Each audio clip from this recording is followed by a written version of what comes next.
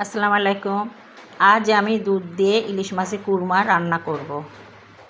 এর মধ্যে দিলাম আমি পেঁয়াজ বাটা, আদা বাটা, জিরে বাটা ও ধনের গুঁড়ো।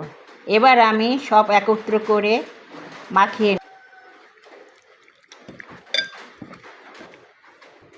এবার এর মধ্যে তেল ও লবণ দিয়ে মাখিয়ে নেব ভালোভাবে। সব কিছু একত্রে ভালোভাবে মাখিয়ে নিলাম। এবার দিয়ে দেবো দুধ, পরিমাণ মতন সব কিছু দিয়ে দিলাম।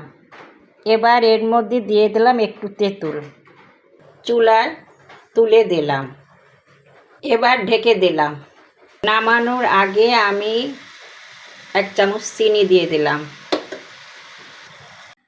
দুধ দিয়ে ইলিশ মাছের কুরমা সুন্দর একটা রান্না করে ফেললাম।